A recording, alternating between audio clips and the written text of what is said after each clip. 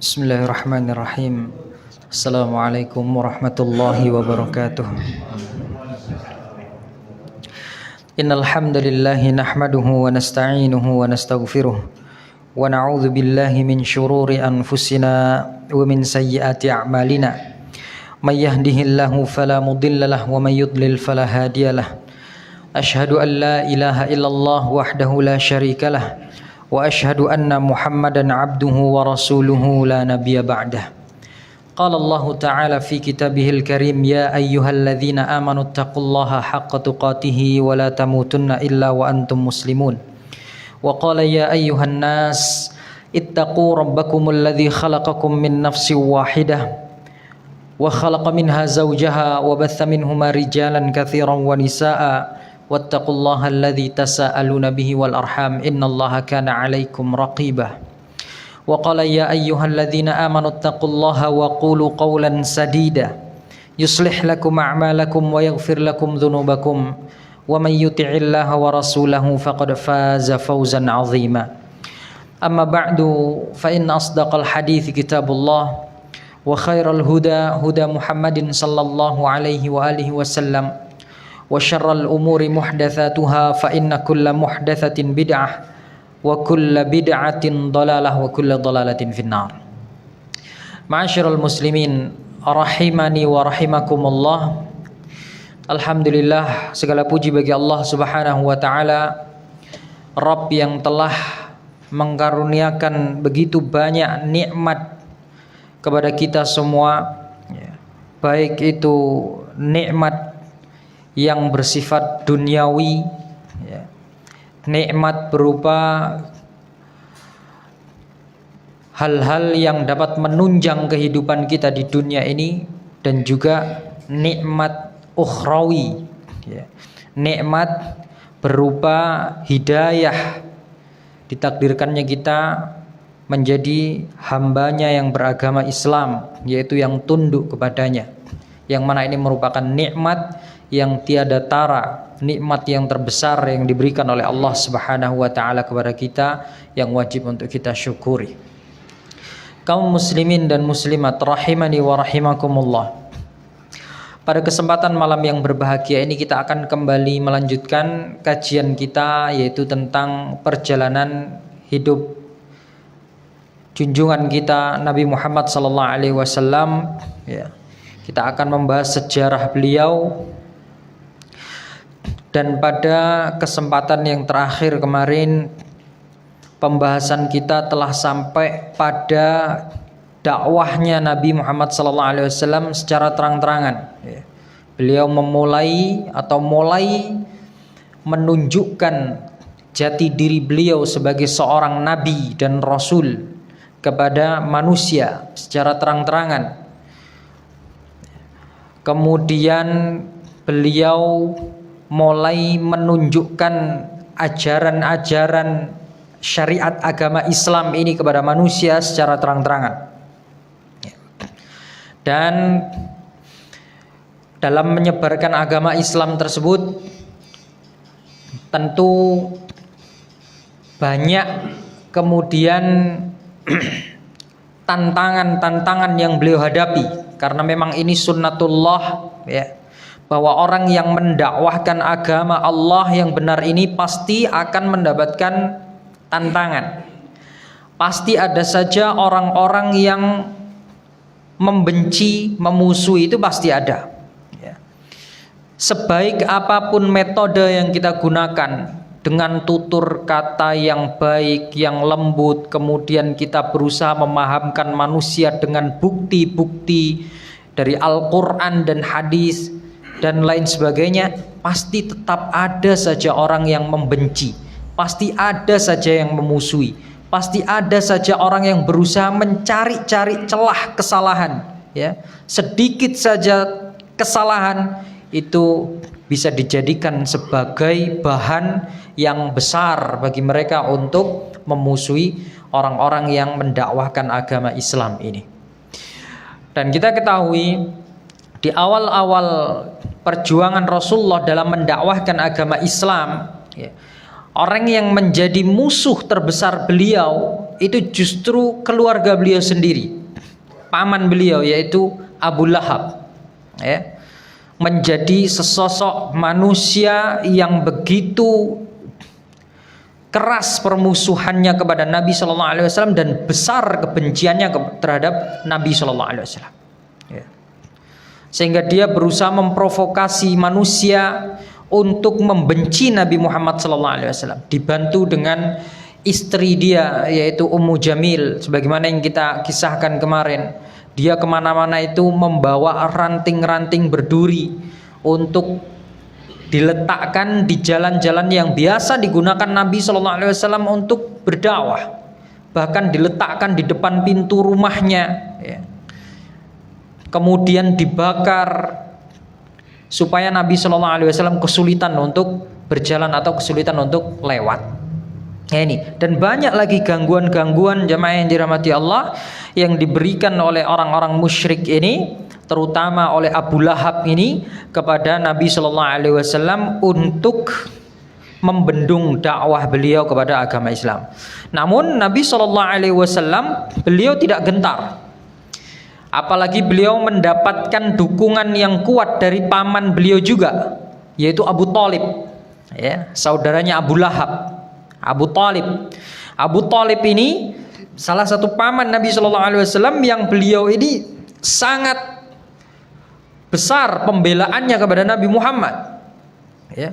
Dan yang paling cinta, paling sayang kepada Nabi Muhammad. Bahkan dalam sebuah riwayat itu dikatakan Abu Thalib itu lebih cinta kepada Nabi Muhammad, kepada keponakannya ini, dibandingkan kepada anak-anaknya sendiri, ya. Dari kecil itu sudah hidup sama Abu Thalib ini, Nabi Muhammad ini diasuh oleh Abu Thalib, ya. Jadi sudah dianggap sebagai anaknya sendiri, bahkan paling sayang kepada keponakannya ini. Sampai besar pun, sampai Nabi Muhammad diangkat menjadi nabi, kemudian beliau ternyata membawa pemahaman yang bertolak belakang dengan pemahaman atau keyakinan yang dibawa oleh pamannya yaitu Abu Thalib. Abu Thalib tetap enggak mengurangi rasa kasih sayang beliau kepada keponakannya ini. Tetap beliau mensupport keponakannya, tetap beliau menjadi pembela. Nah, oleh karena itu Nabi Muhammad menjadi bersemangat dalam mensyiarkan agama Islam ini, mendakwahkan agama Islam ini, ya. Dan dakwahnya sama seperti dakwah yang dibawakan oleh nabi-nabi sebelum beliau, ya. Ya qaumi ibudullaha ma lakum min ilahin ghairu. Wahai manusia, wahai kaumku, u'budullah, sembahlah oleh kalian Allah, malakum min ilahin ghairuh. Sesungguhnya kamu tidak memiliki atau tidak ada Tuhan yang berhak atau Tuhan yang benar kecuali Allah Subhanahu wa taala. Dan jamaah yang dirahmati Allah, orang-orang musyrik itu mereka faham betul terhadap perintah ini, terhadap perintah tauhid ini. Jadi orang-orang musyrikin dahulu mereka faham tentang makna la ilaha illallah dan konsekuensi bagi orang yang bersyahadat la ilaha illallah. Mereka tahu betul itu. Mereka faham jenis-jenis ibadah, mereka faham. Mereka tahu bahwa nazar itu adalah ibadah. Mereka tahu menyembelih itu adalah ibadah. Mereka tahu berdoa itu adalah ibadah, ya. Dan selama ini mereka memperuntukkan hal-hal yang mereka anggap sebagai ibadah itu kepada berhala-berhala, kepada Lata, Uzza, Manat, Hubal dan lain sebagainya, ya. Mereka bernazar atas nama berhala, mereka berkurban menyembelih atas nama berhala-berhala mereka, ya. Mereka bahkan bersumpah atas nama berhala-berhala mereka, ya. Mereka memberikan sesaji kepada berhala-berhala mereka, berdoa meminta istighatsah, isti'anah, isti'adzah kepada berhala-berhala mereka. Yang mereka yakini bahwasanya itu semua ibadah. Mereka faham orang-orang musyrik ini.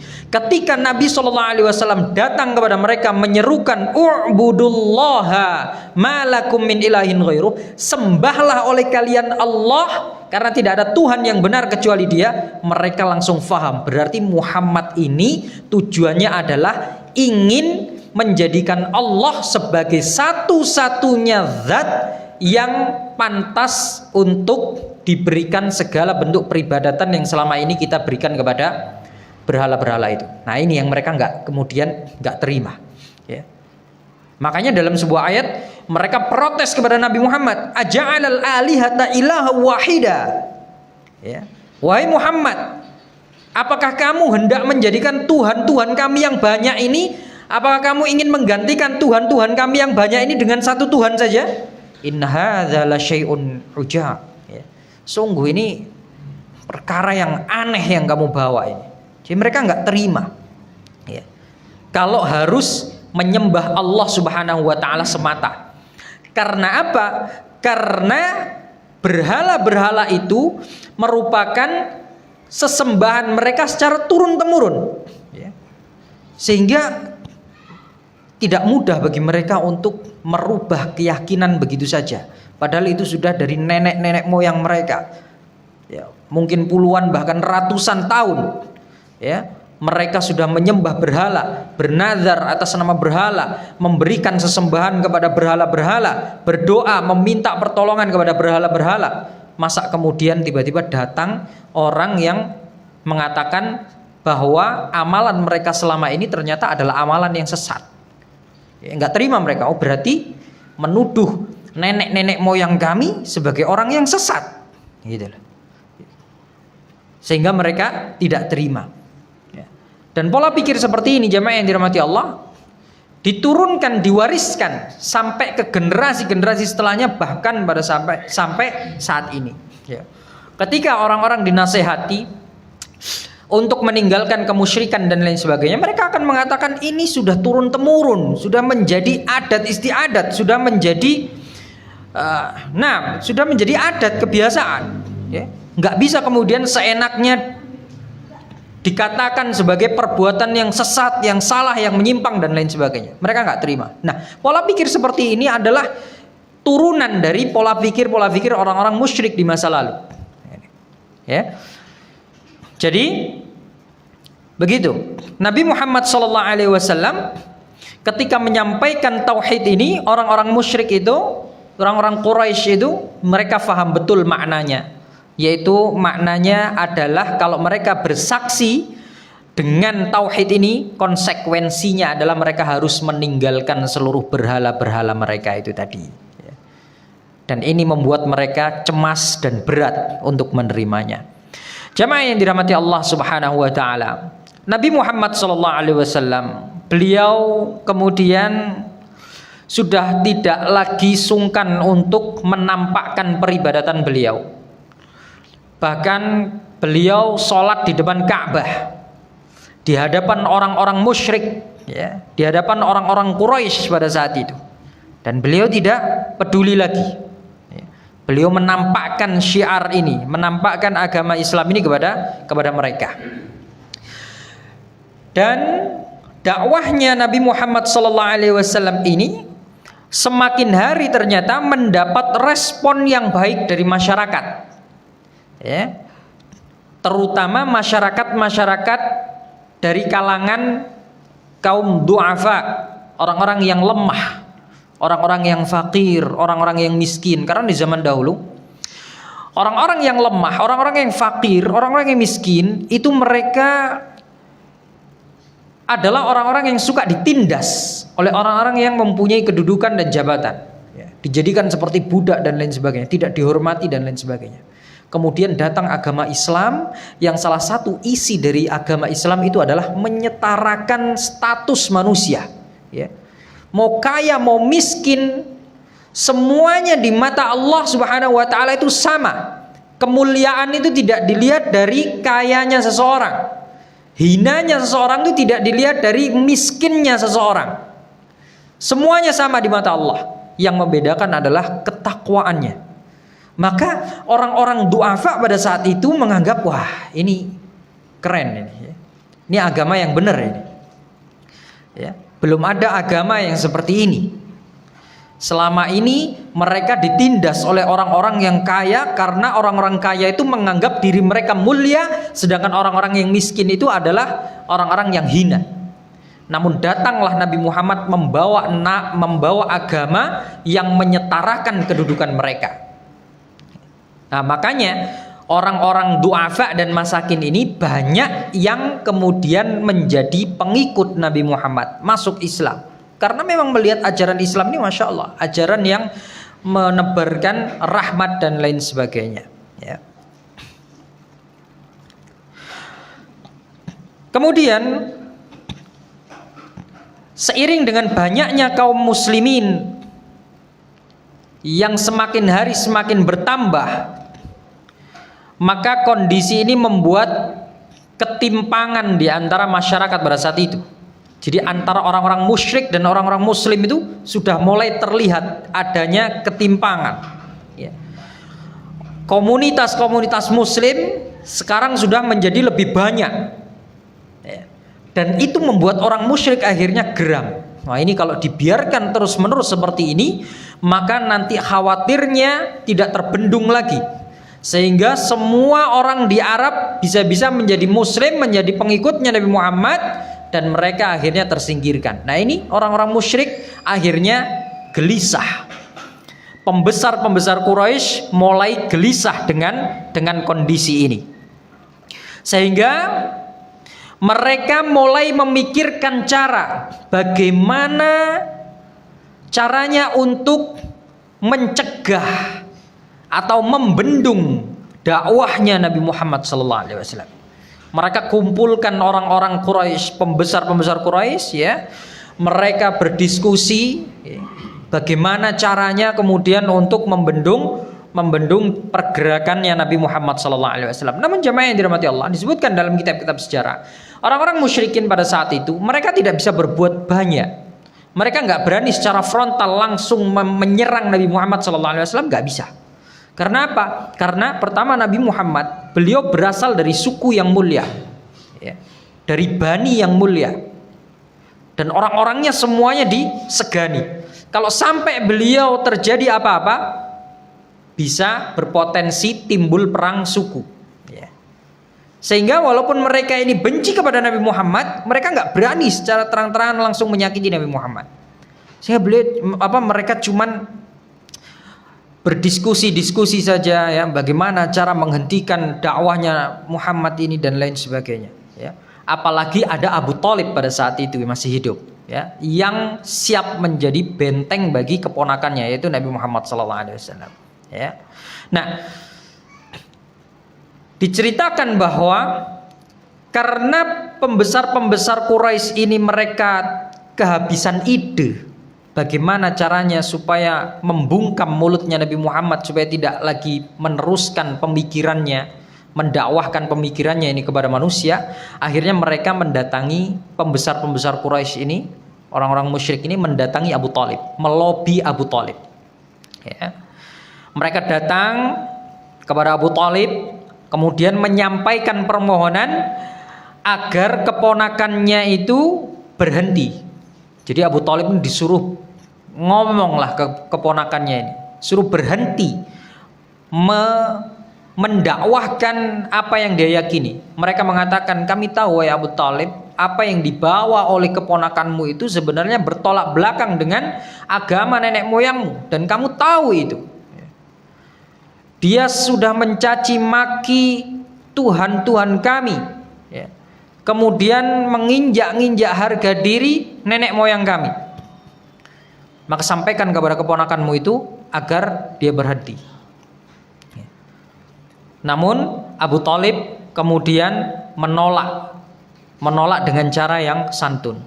Akhirnya mereka kembali, orang-orang Quraisy ini kembali pulang, mereka berkumpul lagi, ya, dan mereka membuat sebuah dewan perkumpulan, ya, untuk tujuannya hanya satu, yaitu untuk menghentikan dakwahnya Nabi Muhammad sallallahu alaihi wasallam.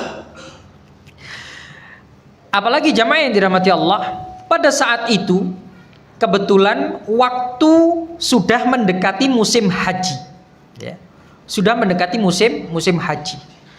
Sehingga mereka khawatir kalau musim haji datang, sehingga banyak manusia yang datang kepada mereka, ya, nanti kemudian orang-orang dari luar daerah yang datang ke Mekah ini termakan oleh dakwahnya Nabi Muhammad dan mereka pulang ke negeri mereka masing-masing menyebarkan dakwahnya Nabi Muhammad ini. Nah, orang-orang musyrik nggak mau ini terjadi.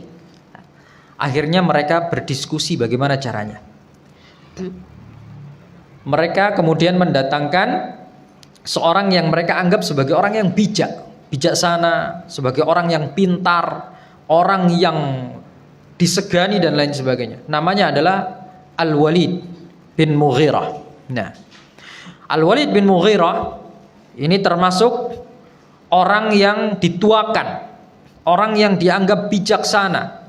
Ya, pendapat-pendapatnya ini pasti didengarkan dan dia adalah orang yang pandai dalam bersyair, fasih dalam berbahasa Arab dan lain sebagainya. Pokoknya orang yang sangat pintar sekali, Walid bin Al-Mughirah ini. Nah, kemudian orang-orang para pembesar Quraisy ini mereka memerintahkan Al-Walid bin Al-Mughirah untuk datang kepada Nabi Muhammad dan berdiskusi dengan Nabi Muhammad sallallahu alaihi wasallam. Wahai Al-Walid, coba kamu diskusi kepada Muhammad itu, ya.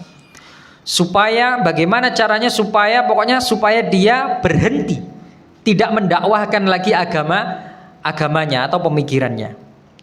Maka pergilah Al-Walid ini kepada Nabi Muhammad SAW. Banyak yang disampaikan oleh Al-Walid bin Al-Mughirah. Di antaranya dia mengatakan kepada Nabi Muhammad, "Hai Muhammad, berhentilah dari dakwahmu ini. Ya, jangan engkau menyebarkan pemikiranmu lagi ini." Maksudnya agama Islam. Kalau tujuanmu hanya mencari harta, maka kami orang Arab siap berpatungan untuk memberikan harta kepadamu yang banyak. Kalau yang kamu harapkan wanita, maka akan kami carikan wanita yang paling baik di antara kami akan berikan kepadamu. Asal kamu berhenti dari dakwahmu ini.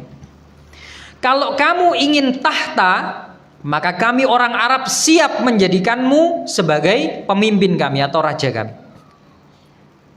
Pun demikian kalau kamu ingin kedudukan, kami akan berikan kedudukan yang tinggi kepadamu. Ya.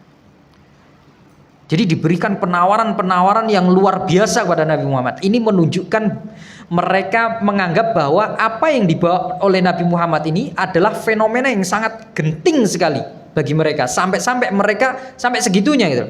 Sampai rela memberikan hal-hal, menawarkan hal-hal yang sangat istimewa, sangat luar biasa kepada Nabi Muhammad. Yang penting Nabi Muhammad tidak lagi menyebarkan pemikirannya ini. Mereka sudah benar-benar terancam posisinya. Namun demikian jamaah yang dirahmati Allah, kita tahu Nabi Muhammad, beliau berdakwah ini bukan atau bersih dari keterikatan terhadap duniawi.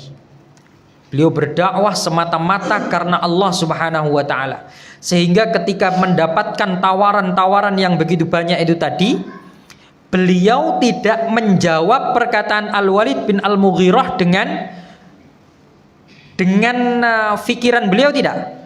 Tapi beliau menjawab dengan wahyu dari Allah Subhanahu wa taala.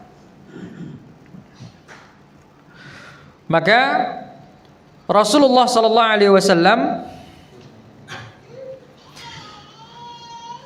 menjawab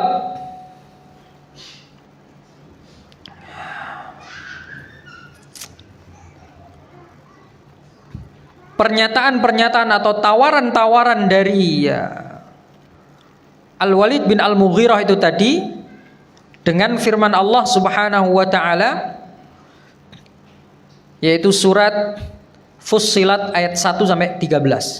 Nah, saya bacakan, kita carikan dulu ayat surat Fussilat. Nah, ayat 1 sampai ke 13. Jadi ketika beliau ditawari oleh Al-Walid bin Al-Mughirah dengan berbagai macam hal-hal duniawi yang menggiurkan itu tadi, beliau menjawab dengan membacakan ayat ini. Beliau mengatakan Bismillahirrahmanirrahim, dengan menyebut nama Allah, Zat yang Maha Pengasih lagi Maha Penyayang. Hamim, ya. Ha Mim ini awalan-awalan surat yang seperti ini tidak ada yang tahu arti dan maksudnya kecuali hanya Allah Subhanahu wa taala. Kemudian beliau membaca lagi, Tanzilum minar rahmanir rahim. Sesungguhnya Al-Qur'an ini diturunkan dari Tuhan yang Maha Pengasih lagi Maha Penyayang. Kitabun fussilat ayatuhu Qur'anan Arabiyyan liqaumi ya'lamun. Kitab yang ayat-ayatnya dijelaskan, ya, bacaannya dalam bahasa Arab untuk kaum yang mengetahui. Basyira wa nadhira fa'arada aktsaruhum fahum la yasma'un. Yang membawa berita gembira dan peringatan, tetapi kebanyakan mereka berpaling dari Al-Qur'an tersebut serta tidak mau mendengarkannya. Wa qalu qulubuna fi akinnatin mimma tad'una ilaihi wa fi adhanina waqru wa min bainina wa bainika hijab fa'mal innana 'amilun. Dan mereka berkata, hati kami sudah tertutup dari apa yang engkau serukan kepadanya, dan telinga kami sudah tersumbat, dan di antara kami dan engkau ada dinding pemisah. Karena itu lakukanlah sesuatu sesuai kehendakmu, sesungguhnya kami pun akan melakukan sesuatu sesuai kehendak kami. Qul innama ana basyarum mithlukum yuha ilayya annama ilahukum ilahu wahid fastaqimu ilaihi wastaghfiruh wa wailul lil musyrikin. Katakanlah wahai Muhammad, aku ini hanyalah seorang manusia sepertimu. Diwahyukan kepadaku bahwasanya Tuhan kamu adalah Tuhan yang Maha Esa. Karena itu tetaplah kamu beribadah kepadanya dan mohonlah ampunan kepadanya, dan celakalah bagi orang-orang yang menyekutukannya. Alladzina la yu'tuna zakata wa hum bil akhirati hum kafirun, yaitu orang-orang yang tidak menunaikan zakat dan mereka ingkar terhadap kehidupan akhirat. Innalladzina amanu wa amilus solihati lahum ajrun ghairu mamnun. Sesungguhnya orang-orang yang beriman dan mengerjakan kebajikan, mereka mendapat pahala yang tidak ada putus-putusnya. Qul a'innakum latakfuruna billadzi khalaqal arda fi yawmaini wa taj'aluna lahu andada dzalika rabbul alamin. Katakanlah wahai Muhammad, pantaskah kamu ingkar kepada Tuhan yang menciptakan bumi dalam 2 masa dan kamu adakan sekutu-sekutu baginya? Itulah Tuhan seluruh alam. Wa ja'ala fiha rawasiya fi min fawqiha wa baraka fiha wa qaddara fiha aqwataha fi arba'ati ayyamin sawa'al lis-sa'ilin. Dan dia ciptakan kepadanya gunung-gunung yang kokoh di atasnya, maksudnya di atas bumi, dan kemudian diberkahi, dan dia menentukan makanan-makanan bagi penghuninya dalam 4 masa, memadai untuk memenuhi kebutuhan mereka yang memerlukannya. Tsummastawa ilas sama'i wa hiya dukhanun faqala laha walil ardi tiya tau'an aw karha qalata ataina ta'iin. Kemudian dia menuju ke langit dan langit itu masih berupa asap. Lalu dia berfirman kepadanya dan kepada bumi, datanglah kamu berdua menurut perintahku dengan patuh atau terpaksa. Keduanya menjawab, kami datang kepadamu dengan kondisi patuh. Faqadahunna sab'a samawatin fi yaumaini wa auha fi kulli sama'in amraha wa zayyana as-sama'ad dunya bimasabiha wa hifdza dzalika taqdirul azizil alim. Lalu Allah menciptakan 7 langit dalam 2 masa, dan pada setiap langit dia mewahyukan urusannya masing-masing. Kemudian langit yang dekat dengan bumi kami hiasi dengan bintang-bintang, dan kami ciptakan itu untuk memelihara. Demikianlah ketentuan Allah yang Maha Perkasa, Maha Mengetahui. Fa in a'radu faqul andartukum sa'iqatan mithla sa'iqati 'adi wa thamud. Jika mereka berpaling, maka katakanlah, aku telah memperingatkan kamu dengan bencana petir seperti petir yang menimpa kaum 'Ad dan kaum Thamud. Demikian jemaah yang dirahmati Allah, kurang lebih isi surat Fussilat ayat 1 sampai ke 13. Nanti antum bisa melihat, merujuk kepada Al-Qur'an lagi, antum baca dan fahami artinya, ya.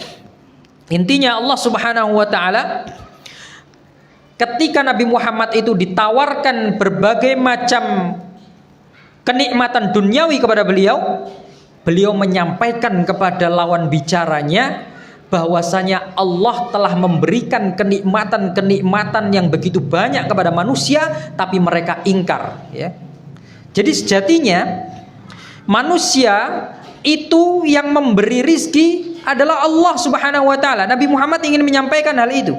Kamu mau memberikan saya sesuatu yang berharga, sedangkan dunia dan isinya itu yang memberikan kepadamu adalah Allah Subhanahu wa taala. dan aku saat ini menyeru kamu untuk beribadah kepada Allah Subhanahu wa taala. Intinya seperti itu, ya. Fa in a'radu, kalau kamu masih berpaling, ya, dengan peringatan-peringatan Allah, maka aku telah memberikan peringatan kepadamu dengan azab yang menimpa kaum Ad dan kaum Tsamud. Gitu. Jadi mereka tahu dan faham terhadap dua kaum ini, kaum Ad dan kaum Tsamud ini, bahwa mereka diazab dengan suara petir yang menggelegar, ya, sehingga mereka menjadi seperti pohon-pohon yang lapuk, ya, kemudian ditiup dengan angin yang keras sehingga mereka bergelimpangan, gitu. Jadi diancam akan azab Allah Subhanahu wa taala. Al-Walid bin Al-Mughirah, jamaah yang dirahmati Allah, sebagaimana yang telah saya katakan tadi, bahwa dia ini adalah orang yang faham sekali terhadap bahasa Arab, fasih bahasanya terhadap bahasa Arab, dan orang yang paling pintar dalam bersyair. Ketika mendengar ayat-ayat Al-Qur'an ini, dia langsung takjub luar biasa. Mungkin kalau kita mendengarnya biasa, karena ini bukan bahasa asli kita. Tapi orang Arab, bahasa Arab itu kalau orang belajar nahwu dan sorofnya, balaghah dan lain sebagainya, mereka akan tahu bahwa susunan Al-Quran itu tertata dengan sedemikian rapinya, gitu. Dibandingkan syair-syair. Kalau syair-syair itu terkadang ada harokat-harokat yang keluar dari kaedahnya. Tujuannya apa? Untuk menyetarakan dengan kata-kata yang sebelumnya, ya. Sehingga dia melenceng dari kaedah. Tapi kalau Al-Quran ini tidak. Sehingga Al-Walid ini yang mendengar Al-Quran ini takjub sekali dia. Langsung kagum dengan apa yang disebutkan oleh Nabi Muhammad. Nabi Muhammad kemudian mengatakan, sudah, saya tidak mau menjawab lebih dari ini. Saya menjawabmu dengan ayat Al-Quran, dengan wahyu ini dari Allah Subhanahu wa taala. Selebihnya terserah bagaimana sikapmu, ya. Kembalilah kemudian Al-Walid bin Al-Mughirah ini ke Darun Nadwah, menemui pembesar-pembesar Quraisy dan ingin menyampaikan hasil dari diskusi beliau diskusi dia dengan Nabi Muhammad SAW. Ya. Maka disebutkan dalam sebuah riwayat itu, Al-Walid bin Al-Mughirah yang tadinya ketika berangkat dia itu menggebu-gebu, wajahnya kelihatan sangat semangat sekali untuk mengalahkan Nabi Muhammad dalam berdiskusi, tapi ketika pulang wajahnya jadi lebih kalem, tenang, ya. Jadi lebih tawadhu dan lain sebagainya. Sehingga orang-orang Quraisy akhirnya heran, kami melihat ada perubahan pada dirimu ketika kamu datang. Jangan-jangan sudah termakan oleh omongannya Muhammad, gitu. Karena memang Al-Quran yang dibacakan tadi mengena sekali kepada dirinya Al-Walid bin Al-Mughirah. Akhirnya mereka pun mulai diskusi, ya. Mereka diskusi. Al-Walid bin Al-Mughirah pun tidak serta-merta mempercayai Nabi Muhammad SAW begitu saja. Akhirnya Al-Walid mengatakan, gini, kamu semua kalau mau menjatuhkan nama Muhammad, kamu harus bersatu dan dengan satu suara yang sama, ya. Kita pikirkan atau kita bikinkan satu perkataan tentang dia yang dapat menjatuhkan dia, dan perkataan ini harus sama, nggak boleh beda-beda. Kalau beda-beda nanti orang nggak ada yang akan percaya. Nah, kemudian orang-orang Quraisy ini mengatakan, wahai Al-Walid, kalau begitu apa kira-kira yang bisa membuat reputasi Muhammad itu jatuh atau rusak? Maka Al-Walid mengatakan, coba kalian berikan pendapat kalian, nanti saya yang menentukan salah satunya. Maka di antara mereka mengatakan, ya sudah, gini saja, kita katakan dia sebagai seorang dukun. Kita sebarkan kepada manusia bahwa Muhammad adalah dukun untuk menjatuhkan nama baik Nabi Muhammad. Kemudian ditimpali oleh Al-Walid bin Al-Mughirah, demi Allah dia bukan seorang dukun. Kita ini semua sudah faham dan tahu betul kriteria dan karakter seorang dukun itu bagaimana. Dia merapalkan mantra, membakar kemenyan dan lain sebagainya. Muhammad tidak melakukan itu, ya. Jadi kalau kita mau mengatakan dia dukun, nggak bakal ada orang yang percaya. Ya, nggak masuk akal ini. Idenya nggak masuk akal. Cari ide yang lain. Akhirnya ada lagi yang mengatakan, ya sudah, kalau gitu kita katakan saja dia orang yang sinting, orang gila. Ya. Kita sebarkan kepada masyarakat bahwa Muhammad sudah gila. Ya. Maka Al-Walid bin Al-Mughirah menimpali lagi. Demi Allah, kita tahu lagatnya orang sinting, orang gila itu kita sudah tahu. Dan semua orang itu tahu orang gila itu seperti apa. Muhammad itu bukanlah orang yang berbicara sendiri, bukanlah orang yang berbuat tanpa kontrol dia, dan lain sebagainya. Jadi kalau kita katakan dia orang gila, mustahil orang percaya. Apalagi sebelumnya Nabi Muhammad ini dikenal sebagai manusia yang tidak pernah melakukan keburukan sama sekali. Bahkan berkata dusta saja tidak pernah.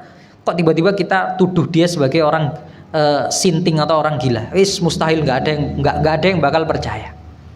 Akhirnya ada lagi di antara mereka yang mengatakan, ya sudah, kalau gitu kita tuduh saja dia sebagai seorang puitis, ya, hanya seorang puitisi saja, hanya seorang penyair, sehingga kata-katanya itu baik dan lain sebagainya. Kata-katanya terlihat indah, tapi jangan sampai tertipu karena dia itu penyair biasa gitu. Maka Al-Walid bin Al-Mughirah mengatakan, demi Allah kalian tahu bahwasanya aku ini adalah orang yang paling mahir dalam syair, ya. Dan apa yang dikatakan oleh Muhammad itu bukan syair, ya. Apa yang dikatakan Muhammad itu lebih baik daripada syair, ya. Jadi setiap awalan dari perkataan yang disebutkan oleh Nabi Muhammad maksudnya wahyu, ya. Kemudian pertengahan dari kata-katanya, kemudian akhirannya, itu semuanya sesuai dengan kaidah, tidak ada yang melenceng sedikit pun, ya. Dan itu demi Allah bukanlah sebuah syair, ya. Jadi semua masukan-masukan untuk menjatuhkan Nabi Muhammad itu dibantah semua oleh Al-Walid ini. Akhirnya mereka mengatakan, wahai Al-Walid, engkau membuat kami bingung. Terus apa yang cocok untuk gelar, apa yang cocok untuk kita sematkan kepada Muhammad ini gitu. Akhirnya Al-Walid mengatakan, aku akan berikan kalian saran. Terserah, saran ini bisa kalian terima atau tidak. Ada dua saran yang aku berikan. Yang pertama, sudah, kalian ikuti saja dia. Karena perkataan yang dia ucapkan ini adalah perkataan yang luar biasa indah. Perkataan yang benar, ya, perkataan yang baik, ikuti aja dia, ya. Maka orang-orang Quraisy mengatakan, nggak mungkin, ini bukan masukan yang bijaksana ini. Masa kami harus meninggalkan agama nenek moyang kami? Enggak, kami nggak mau mengikuti dia. Ya sudah, kalau pilihan ini nggak mau, pilihan yang kedua, kalian biarkan saja dia berdakwah semau dia, ya. Dengan dia berdakwah itu kalian bisa mendapatkan satu keuntungan dari dua. Keuntungan yang pertama, salah satu keuntungan yang akan kalian dapatkan, kalau Muhammad ini menyebarkan dakwahnya, kemudian banyak orang yang menerima dakwahnya, otomatis dia akan menjadi terkenal, dia akan menjadi mulia. Dan kalau dia menjadi mulia, maka kamu semua juga akan ikut mulia. Karena Muhammad itu terlahir dari kaummu, dari banimu, dari orang-orang Quraisy, ya. Sehingga kalau Muhammad ini nanti mulia, semua satu suku Quraisy itu akan ikut mulia, ya. Mereka mengatakan, wah sama aja ini, ya, ngawur ini, ya, nggak bijaksana juga. Mana mau kami ikuti dia, mana mau kami membiarkan dia. Justru kami ini ingin menjegal dia. Kemudian yang kedua, ya sudah, kalau ini tidak kamu terima, biarkan saja dia berdakwah semau dia. Kalau seandainya nanti banyak orang-orang yang tidak suka dengan dakwahnya, kemudian mereka membunuh dia, maka itulah yang kalian harapkan, ya. Jadi kalian tidak perlu repot-repot membunuh dia. Orang lain akan membunuh dia kalau orang merasa dakwahnya itu tidak baik, gitu. Tapi kalau orang-orang merasa dakwahnya dia itu baik dan mereka mengikutinya, mereka memuliakan dia, maka kamu satu kaum ini akan menjadi orang mulia, ya. Dan ternyata kebijakan-kebijakan yang diberikan oleh Al-Walid bin Al-Mughirah ini ditolak semua. Kamu ini mulai nggak bijaksana semenjak ketemu dengan Muhammad tadi. Padahal sebelumnya dianggap sebagai orang yang bijaksana gitu. Setelah ketemu Nabi Muhammad, dibacakan surat Fussilat ayat 1 sampai ke 13 tadi, jadi ngelantur nih. Mereka nganggapnya jadi ngelantur ini kamu ini. mulai sudah ketularan Muhammad itu. Ya. Akhirnya Al-Walid bin Al-Mughirah yang bingung sekarang. Ya. Kalau tadi teman-temannya yang bingung, sekarang Al-Walid bin Al-Mughirah yang bingung. Akhirnya Al-Walid bin Al-Mughirah mengatakan, beri saya kesempatan untuk berpikir. Setelah Al-Mughirah berpikir, ya, Al-Walid bin Al-Mughirah berpikir, kemudian dia mengatakan, demi Allah, yang dibawakan Muhammad, maksudnya adalah Al-Quran, itu adalah bahasa yang sangat indah.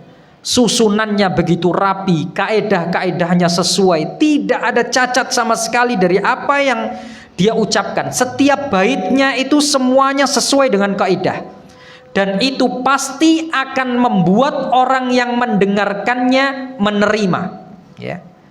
Pasti akan membuat orang yang mendengarnya itu terpengaruh. Oleh karena itu, sudah kita juluki saja dia dengan tukang sihir, ya. Karena perkataannya itu bisa menyihir orang, bisa mempengaruhi orang lain. Perkataannya itu bisa memisahkan antara anak dan bapak, bisa memisahkan antara suami dan istri, bisa memisahkan antara seorang dengan kerabatnya. Ini perkataan Nabi Muhammad, dan ini betul terjadi.